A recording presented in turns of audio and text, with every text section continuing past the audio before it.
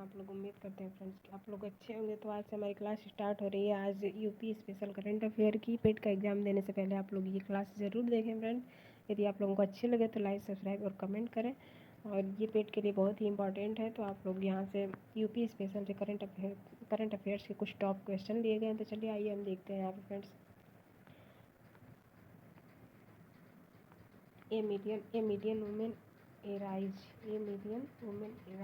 पहल की शुरुआत किसके द्वारा की गई है? नीति आयोग के द्वारा। किसके द्वारा? NITI Aayog. A million women arise, हाल ही में ए मिलियन वुमेन एराइज पहल की शुरुआत की गई है फ्रेंड्स। किसके द्वारा शुरू की गई है? तो नीति आयोग के द्वारा।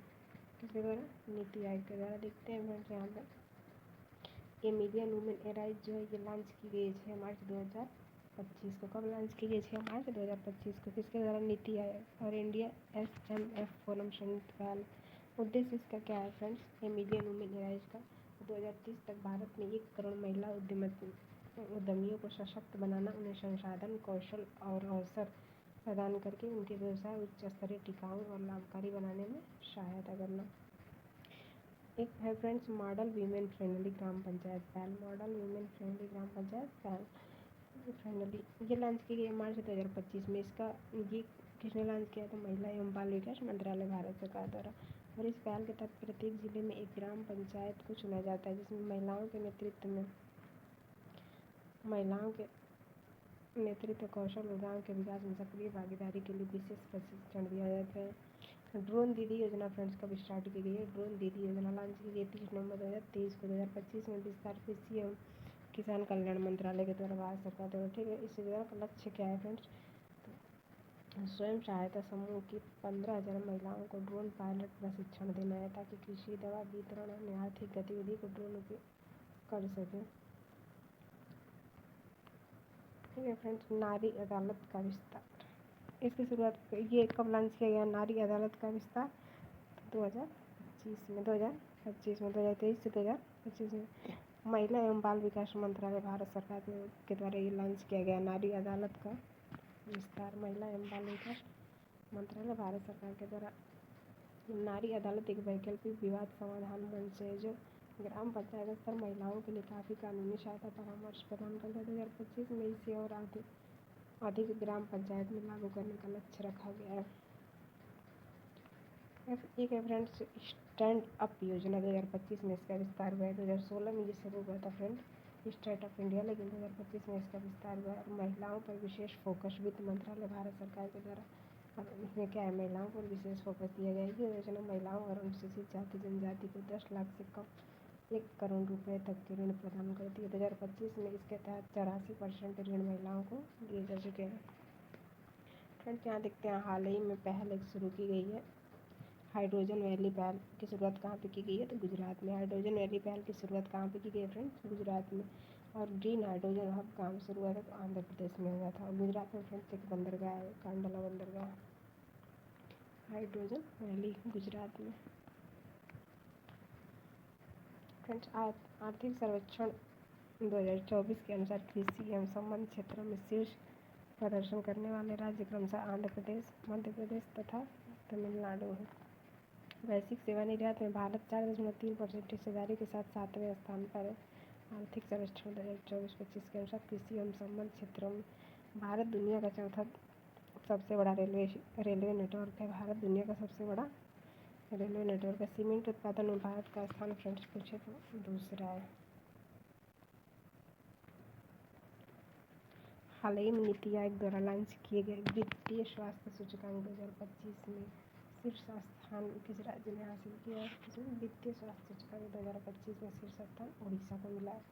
पहले स्थान पे कौन है? उड़ीसा। 18 राज्य थे फ्रेंड्स। ये जारी कौन करता है? नीति आयोग। वित्तीय स्वास्थ्य सूचकांक जारी कौन करता है? नीति आयोग। प्रथम स्थान पे इसमें उड़ीसा था, दूसरे पे छत्तीसगढ़ और तीसरे पे गोवा। हाल ही में किस राज्य केंद्र शासित के जिले का नाम बदलकर श्रीभूमि कर दिया गया है? किसका नाम बदलकर श्रीभूमि किया गया है? तो असम का। असम का नाम क्या कर दिया है? कि चेंज करके श्रीभूमि। फ्रेंड्स कुछ महत्वपूर्ण बदले हुए नामों को हम देख लेते हैं एक बार। तो यहाँ पे काकश पर लद्दाख में, जिसका नाम क्या हो गया है, परिवर्तन हो गया कैप्टन अभिमन्यु भारद्वाज सेतु, कैप्टन अभिमन्यु भारद्वाज सेतु। और पोर्ट ब्लेयर का नाम चेंज हो गया, क्या हो गया, श्री विजयपुरम। पोर्ट ब्लेयर का नाम परिवर्तन हो गया, क्या हुआ, श्री विजयपुरम। अहमदनगर का अहिल्यानगर, अहमदनगर पुराना नाम है फ्रेंड्स, और नया नाम क्या हो गया है, अहिल्यानगर। पुणे अंतर्राष्ट्रीय हवाई अड्डे, इसका नया नाम क्या है, संत तुकाराम। और पूर्वी कमान के मुख्यालय फोर्ट विलियम, इसका नाम क्या हो गया, विजयदुर्ग। व्हीलर द्वीप का नाम क्या हो गया फ्रेंड्स, चेंज हो गया, APJ अब्दुल कलाम द्वीप। व्हीलर द्वीप का नाम चेंज हो गया, क्या हुआ है, APJ अब्दुल कलाम द्वीप। हैवलॉक द्वीप या नील द्वीप का नाम चेंज हुआ है, जिसे स्वराज द्वीप या शहीद द्वीप, इसका नया नाम है किसका, हैवलॉक द्वीप या नील द्वीप। इसका नया नाम है स्वराज द्वीप या शहीद द्वीप। राजद्वीप का नाम क्या हो गया, नेताजी सुभाष चंद्र बोस द्वीप। राजद्वीप का नाम चेंज हो गया, नेताजी सुभाष चंद्र बोस द्वीप हो गया।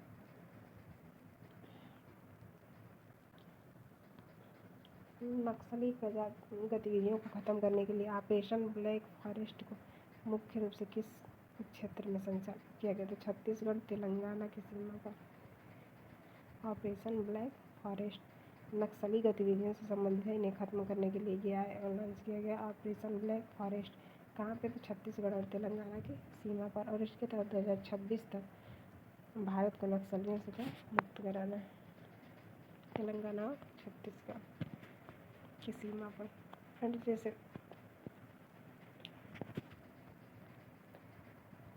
छत्तीसगढ़ तेलंगाना की सीमा पर नक्सलवादियों को समाप्त करने के लिए ब्लैक फॉरेस्ट, और आतंकवाद की समाप्ति के लिए केलर, जम्मू कश्मीर में। हाथ जो है CPI के द्वारा बाल यौन शोषण को रोकने के लिए सिंदूर पाकिस्तान के खिलाफ था, ऑपरेशन सिंदूर किसके खिलाफ था, पाकिस्तान के खिलाफ था। ऑपरेशन ब्रह्मा है म्यांमार में आए भूकंप से भारतीयों की सहायता करने के लिए। और ऑपरेशन संकल्प छत्तीसगढ़ में नक्सलवादियों की समाप्ति के लिए।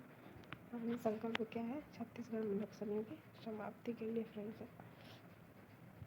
अब कुछ महत्वपूर्ण ऑपरेशंस हम देख लेते हैं फ्रेंड्स, आप लोग ध्यान से देखिएगा क्योंकि ये टॉपिक बहुत ही इंपॉर्टेंट है, यहाँ से बीएड में क्वेश्चन पूछ सकता है। तो फ्रेंड्स, ऑपरेशन ब्रह्मा भारत सरकार द्वारा शुरू किया था, ऑपरेशन ब्रह्मा। म्यांमार में भूकंप के लिए चिकित्सीय सुविधा, भूकंप के लिए चिकित्सीय सुविधा कहाँ पे, म्यांमार में, ऑपरेशन ब्रह्मा। और ऑपरेशन किलर भारतीय सेना के द्वारा शोपिया जिले में आतंकवादियों को खत्म करने के लिए, शोपिया जिले में आतंकवादियों को खत्म करने के लिए ऑपरेशन किलर भारतीय सेना के साथ। ऑपरेशन शील्ड भारत सरकार ने शुरू किया था, ऑपरेशन शील्ड किसने शुरू किया था, भारत सरकार ने। पाकिस्तान सीमा से सटे राज्यों में नागरिक की सुरक्षा हेतु मार्कफील्ड। ऑपरेशन राइजिंग लायन जो है इजराइल का ईरान के न्यूक्लियर साइटों पर हमला, इजराइल से संबंधित ऑपरेशन राइजिंग लायन। और ऑपरेशन शिवा अमरनाथ यात्रियों को पूर्ण सुरक्षा प्रदान करने के लिए ऑपरेशन शिवा शुरू किया गया। अमरनाथ यात्रियों को पूर्ण सुरक्षा प्रदान करने के लिए कौन सा ऑपरेशन शुरू किया गया, तो ऑपरेशन शिवा। ऑपरेशन सरदर्द हवा जैसलमेर में पाकिस्तान द्वारा घुसपैठ को रोकने के लिए, ऑपरेशन सरदर्द हवा जैसलमेर में पाकिस्तान द्वारा घुसपैठ को रोकने के लिए ऑपरेशन सरदर्द हवा शुरू किया गया। और ऑपरेशन चक्र फाइट साइबर अपराध, डिजिटल अरेस्टेड से संबंधित वित्तीय नेटवर्क को ध्वस्त करना। ऑपरेशन सिंधु भारत सरकार ने शुरू किया था, ईरान में फंसे भारतीयों को वापस लाने के लिए। ऑपरेशन सिंधु जो है ना, भारत सरकार ने शुरू किया था, ईरान में फंसे भारतीयों को वापस लाने के लिए। ऑपरेशन कॉलनेमी उत्तराखंड पुलिस साधु संतों के रूप में धोखाधड़ी करने वालों के लिए ऑपरेशन कॉलनेमी शुरू किया। ऑपरेशन शबराह भारत सरकार ने शुरू किया था। और टाइफून यागी से प्रभावित लाओस और वियतनाम में मदद के लिए। ये कुछ ऑपरेशन थे जिन्हें आप देख लीजिए। देखते हैं आप, हाल ही में जल जीवन मिशन को कब तक के लिए बढ़ा दिया गया, 2028 तक के लिए। जल जीवन मिशन को कब तक के लिए बढ़ा दिया, 2028 तक के लिए। कब प्रारंभ हुआ था, 2019 में। प्रत्येक घर में नल, 2028 तक इसे बढ़ा दिया गया। हाल ही में कितनी भाषाओं को शास्त्रीय भाषा का दर्जा दिया गया, कितनी भाषाओं को शास्त्रीय भाषाओं का दर्जा दिया गया, तो 5 भाषाओं को। कितनी भाषाओं को शास्त्रीय भाषाओं का दर्जा दिया है, तो 5 भाषाओं को। पहले फ्रेंड हमारी शास्त्रीय भाषाएं कितनी थी, 6 थी। पहले हमारी शास्त्रीय भाषाएं 6 थी, अब 5 और इसमें नई भाषाएं जुड़ गई हैं, तो हो गई हैं 11। अब कुल कितनी शास्त्रीय भाषाएं हैं टोटल, तो 11। 6 पहले थी और 5 नई जुड़ी हैं। अक्टूबर 2024 में शास्त्रीय भाषा का दर्जा प्रदान किया गया मराठी, पाली, प्राकृतिक, असमिया और बंगाली को। कौन सी 5 भाषा नई जुड़ी थी फ्रेंड्स, कब जुड़ी थी? अक्टूबर 2024 में। कौन सी? मराठी, पाली, प्राकृतिक, असमिया और बंगाली। मराठी, पाली, प्राकृतिक, असमिया और बंगाली। और पहले से जो 6 शास्त्रीय भाषाएं हैं उनका नाम क्या है? उनको एक बार देखते हैं। तमिल, संस्कृत, कन्नड़, तेलुगु, मलयालम और उड़िया। तमिल, संस्कृत, कन्नड़, तेलुगु, मलयालम और उड़िया, ये पहले से 6 शास्त्रीय भाषाएं थी और 5 इसमें नई ऐड हो गई हैं। टोटल शास्त्रीय भाषाएं 11 हो गई हैं। अनुच्छेद 343, संघ की राजभाषा हिंदी होगी और देवनागरी लिपि लिखी जाएगी। संघ की राजभाषा क्या होगी? हिंदी होगी और देवनागरी लिपि जो है देवनागरी में लिखी जाएगी। अनुच्छेद 343 में कहा गया। 344 में क्या? राष्ट्रपति द्वारा राजभाषा आयोग का गठन किया गया। अनुच्छेद 344 में राष्ट्रपति ने किसका गठन किया? राजभाषा आयोग का। अनुच्छेद 347 में राष्ट्रपति किसी क्षेत्र की भाषाई आवश्यकताओं को देखते हुए विशेष निर्देश जारी कर सकता है। अनुच्छेद 347 के अंतर्गत भारत को संविधान की 8वीं अनुसूची भारतीय भाषा जो है ना, भारत की जो भाषाएं हैं फ्रेंड्स, इसे संविधान की 8वीं अनुसूची में रखा गया है। भाषा किस अनुसूची में रखा गया? 8वीं अनुसूची में। अनुच्छेद क्या है? 343 से 351। वर्तमान में कुल भाषाएं कितनी है हमारी? तो 22 है। 14 सितंबर को राष्ट्रीय हिंदी दिवस मनाया जाता है फ्रेंड्स। और 14 सितंबर 1949 को हिंदी को भारत की राजभाषा घोषित किया गया था। 14 सितंबर 1949 को हिंदी को भारत की राजभाषा घोषित किया गया था। राष्ट्रभाषा नहीं घोषित किया गया था फ्रेंड्स, राजभाषा घोषित किया गया था, ठीक है। और 10 जनवरी को विश्व हिंदी दिवस मनाया जाता है। भाषाई आधार पर गठित होने वाला प्रथम राज्य कौन सा था? आंध्र था। आंध्र प्रदेश 1953 में तेलुगु भाषा के लिए। भारतीय संविधान में शामिल होने वाली पहली भाषा यदि पूछे तो सिंधी थी। भारतीय संविधान में शामिल होने वाली पहली भाषा कौन थी? सिंधी थी। एक पश्चिमी प्रांत राजस्थानी में थी। 1967 में जोड़ी थी सिंधी। हाल ही में आर्द्र भूमियों के उचित उपयोग के लिए किस भारतीय महिला को पहली बार रामसर पुरस्कार प्रदान किया गया है? आर्द्र भूमि के उचित उपयोग के लिए फ्रेंड्स भारतीय महिला को पहली बार कौन सा पुरस्कार दिया गया? तो रामसर पुरस्कार दिया गया है। आर्द्र भूमि के उचित उपयोग के लिए पहली बार रामसर पुरस्कार जयश्री वेंकटेशन को दिया गया। डॉक्टर जयश्री वेंकटेशन को, ये फीमेल है, डॉक्टर जयश्री वेंकटेशन को दिया गया है। हाल ही में क्लाउडिया शिनबाम को किस देश की पहली महिला राष्ट्रपति घोषित किया गया है? क्लाउडिया शिनबाम को मैक्सिको की पहली राष्ट्रपति घोषित किया गया। मैक्सिको की क्लाउडिया शिनबाम को। फ्रेंड्स, यहाँ पे कुछ नए अंतर्राष्ट्रीय नियुक्तियाँ, महत्वपूर्ण जो नियुक्तियाँ हैं उनको हम देख लेते हैं एक बार फ्रेंड्स। पहले देखते हैं कनाडा के प्रधानमंत्री किसे नियुक्त किया गया है? मार्कानी को प्रधानमंत्री है त्रिनिदाद एंड टोबैगो। ये कहाँ के प्रधानमंत्री हैं? तो प्रधानमंत्री पद हुए हैं कमला प्रसाद ग्रेसेसर। और बेल्जियम के प्रधानमंत्री वार्ड डी वेवर, बेल्जियम के वार्ड डी वेवर। और राष्ट्रपति इक्वाडोर के कौन बने? तो डेनियल नोबा, इक्वाडोर के राष्ट्रपति डेनियल नोबा। और राष्ट्रपति रोमानिया के कौन? निक्सोडेन। घाना के राष्ट्रपति बने हैं जॉन महामा। घाना के राष्ट्रपति जॉन महामा। और वेनेजुएला के राष्ट्रपति निकोलस मादुरो। वेनेजुएला के निकोलस मादुरो। और ऑस्ट्रेलिया के जॉन क्रिस्टियन स्टार्टर। राष्ट्रपति दक्षिण कोरिया के लीजे। राष्ट्रपति पोलैंड के बने करोल नरोकी। पोलैंड के राष्ट्रपति करोल नरोकी। राष्ट्रमंडल की 7वीं महासचिव शर्ली बोसवे पहली अफ्रीकी महिला बनी है।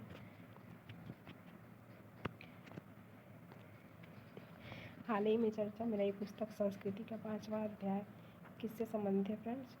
नरेंद्र मोदी से। संस्कृति का 5वां अध्याय पुस्तक है, किससे संबंधित है? नरेंद्र मोदी से।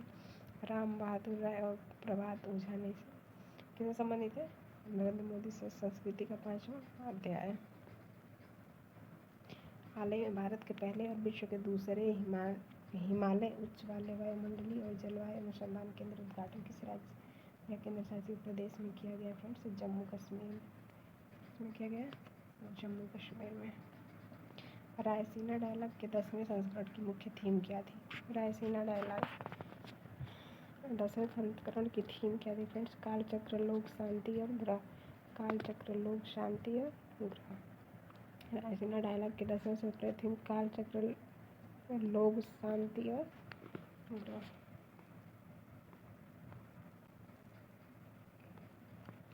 हाल ही में इंदिरा गांधी शांति निस्त्रीकरण एवं विकास पुरस्कार 2024 से किसे सम्मानित किया गया? तो मिशेल बैचेलेट। किसे सम्मानित किया गया? इंदिरा गांधी शांति निशस्त्रीकरण एवं विकास पुरस्कार 2024 का मिशेल बैचेलेट का। हाँ फ्रेंड्स, पद्म विभूषण पुरस्कार, ये पद्म पुरस्कार जो होते हैं फ्रेंड्स 3 श्रेणियों में दिए जाते हैं। 1954 में इसकी शुरुआत होती है और तीन श्रेणियों में दिए जाते हैं, पद्म विभूषण, पद्म भूषण और पद्म श्री। इस बार 2025 में पद्म पुरस्कार फ्रेंड्स टोटल 139 लोगों को दिया गया। टोटल कितने लोगों को? 139 लोगों को, जिसमें 7 पद्म विभूषण, 19 पद्म भूषण और 113 पद्म श्री। 7 लोगों को पद्म विभूषण दिया गया और 19 लोगों को पद्म भूषण और 113 लोगों को पद्म श्री दिया गया। तो 7 पद्म विभूषण जो लोग हैं उनके नाम हम देख लेते हैं एक बार फ्रेंड्स, किस क्षेत्र में मिला है।